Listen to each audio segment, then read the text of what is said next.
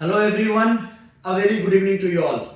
To all my viewers, to all my dear friends and to all my dear students.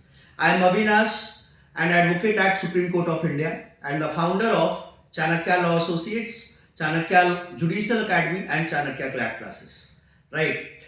Today, as several people, several students and our viewers, they had sent us the message to prepare a video and explain the topic Section 498A of IPC 1860. Ki what is the concept, what is the rationale behind Section 498 IPC, 498A IPC, right तो इसके totality को हम लोग समझने की कोशिश करेंगे. सबसे पहले इसके मार्जिनल नोट को देखते हैं कि सेक्शन 498A किसके बारे में बात कर रहा है. If you look at section 498A then you will find that it is talking about the husband or relative of a husband of a woman subjecting her to cruelty. मतलब जो औरत है उनके हस्बैंड या फिर हस्बैंड के relative उनके साथ क्रूएल्टी कर रहे हैं. मतलब सपोज दैट कि Rahul is married to Pooja. Rahul husband है और पूजा उनकी वाइफ है और राहुल पूजा को प्रताड़ित कर रहा है. राहुल पूजा को टॉर्चर कर रहा है, मेंटली फिजिकली क्रूएल्टी उसके साथ अपना रहा है. या फिर राहुल के रिलेटिव्स, अब रिलेटिव्स उनके मम्मी पापा भी आ जाएंगे, उनके भाई भी आ जाएंगे, उनके भाई की वाइफ भी आ जाएगी.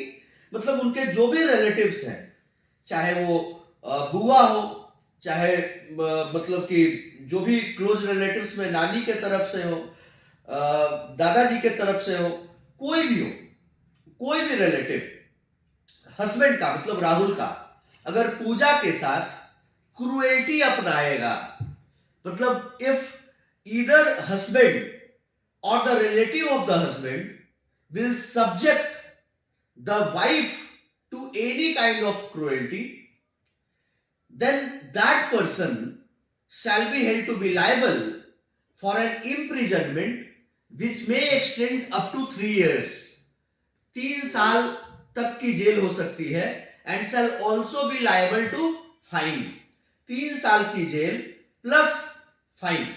और नहीं है, कंफ्यूज मत होना कि 3 साल की जेल या फिर फाइन, नहीं, 3 साल तक की जेल हो सकती है maximum and plus fine and shall also be liable to fine. अब यहां पर देखिए कुछ पॉइंट है जिसको कि मैं क्लियर करना चाहूंगा.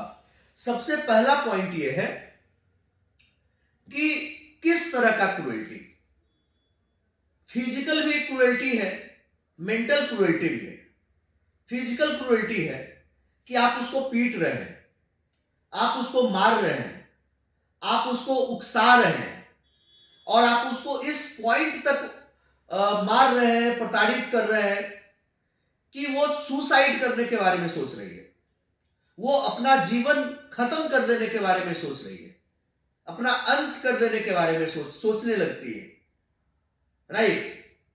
क्रूएल्टी में मेंटल क्रूएल्टी भी बहुत तरह का है. मेंटल क्रूएल्टी बहुत तरह का है. फिजिकली आपने कुछ नहीं किया, लेकिन वो आप से वो नहाने के लिए गई बाथरूम में और आप बाहर से लॉक लगा दिए, बाथरूम को ही लॉक कर दिया आपने. अब वो बाथरूम में ही बैठी हुई है, 1 दिन बर्दाश्त कर लिया, 2 दिन, आप हर दिन ऐसा ही काम करते हैं. मेंटल क्रूएल्टी है. वो खाना खाने के लिए गई, आपने खाना को डस्टबिन में डाल दिया, आपने सब्जी को डस्टबिन में डाल दिया. आपने मारा नहीं, आपने पीटा नहीं, लेकिन आप मेंटली टॉर्चर कर रहे हैं. और सब एक बड़ा सवाल उठता है कि ये फिजिकल या मेंटल टॉर्चर, ये क्रूएल्टी क्यों करते हैं ये लोग. हस्बैंड क्यों करता है या फिर रिलेटिव ऑफ हस्बैंड क्यों करते हैं. इसके पीछे सबसे बड़ा रीजन है to meet their unlawful demand.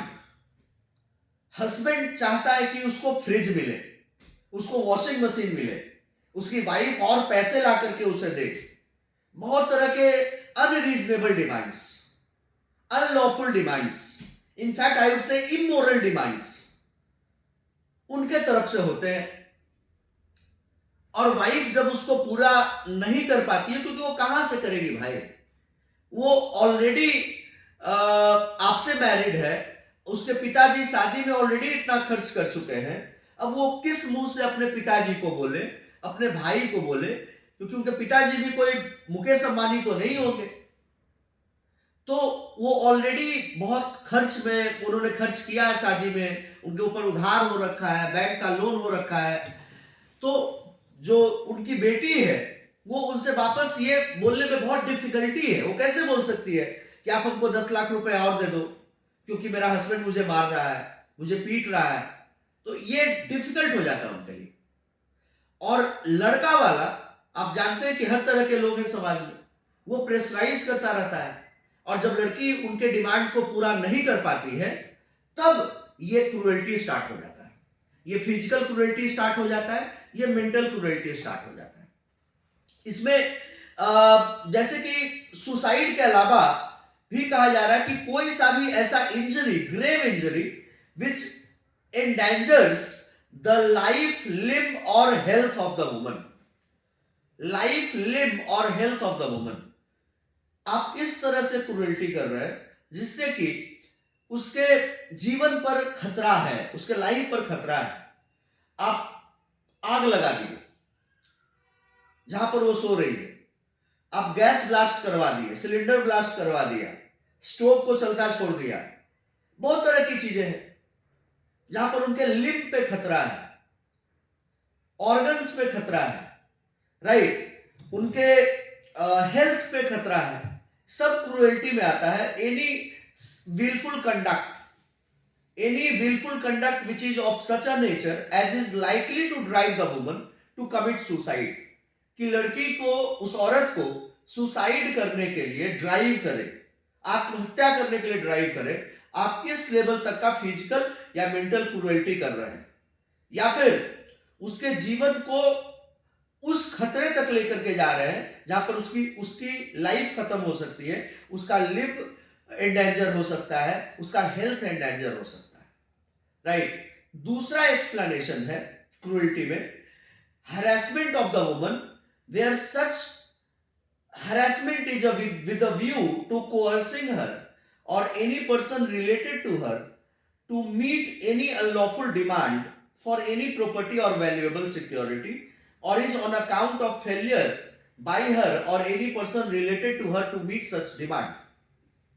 जो कि मैंने बात आपको बताया कि उस लेडी को या फिर उस लेडी के रिलेटिव्स जो है, उस लेडी के जो रिलेटिव्स है जिनसे वो रिलेटेड है, उनसे आप अनलॉफुल डिमांड करते हैं, आप अनरीजनेबल डिमांड करते हैं। मैं तो इसको मतलब शुरू में भी मैंने बोला कि ये अनलॉफुल, अनरीजनेबल तो है ही है, मैं इसको इमोरल भी बोलूंगा, ये अनैतिक है।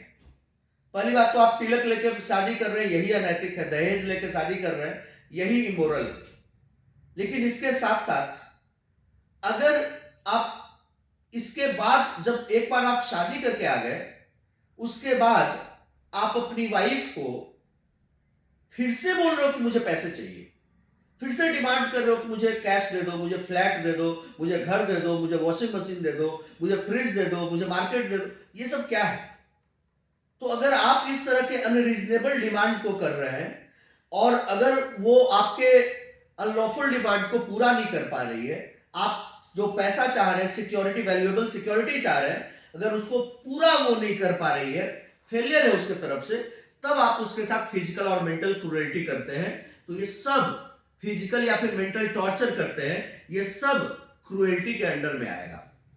आप सब लोग जानते हैं कि जो डाउरी डेथ का केस होता है वो भाई साहब सिर्फ 7 सालों के लिए होता है, सिर्फ 7 सालों के लिए होता है डाउरी डेथ का केस। 7 साल के बाद डाउरी डेथ का केस नहीं हो सकता है, राइट। तो डाउरी के समय भी क्रूएल्टी वाला चलता है, लेकिन जब डाउरी वाला खत्म हो जाता है तो इस पे लोग आ जाते हैं 498, राइट। तो ये हमारे समाज के लिए ये सब जो क्राइम है, अनलॉफुल तो है ही है, टोटली इमोरल, डिप्लोरेबल एक्ट है, राइट। जिसको कि हम सब लोगों को निंदा करनी चाहिए, इसको कंडेम करना चाहिए, because that's a menace for the entire society, for all the girls who are getting married, because they have left the entire house, all the family members to live with you, and what you are doing in return is that you are subjecting the girl to such cruelty, and your relatives are subjecting the girl to such cruelty. आप आपकी wife सब कुछ छोड़ करके आपके पास आ रही है, और बदले में अगर आप उनके ऊपर फिजिकल या मेंटल टॉर्चर कर रहे हैं, या फिर आपके रिलेटिव्स कर रहे हैं, तो इससे खराब बात नहीं हो सकती है, राइट? इसका पनिशमेंट भी मैंने आपको बता दिया कि विच में एक्सटेंड इम्प्रिजनमेंट, विच में extend up to 3 years, that is maximum is 3 years, and shall also be liable to fine. That is plus, not or, right? Thank you everyone for watching me, and stay tuned for all the legal concepts, better understanding of legal concepts. और किसी भी topic पर आप चाहते हैं कि एक video मैं आपको बना करके दूं और आपको कहीं दिक्कत लग रहा है, then do let us know. Thank you for watching me. जय हिंद.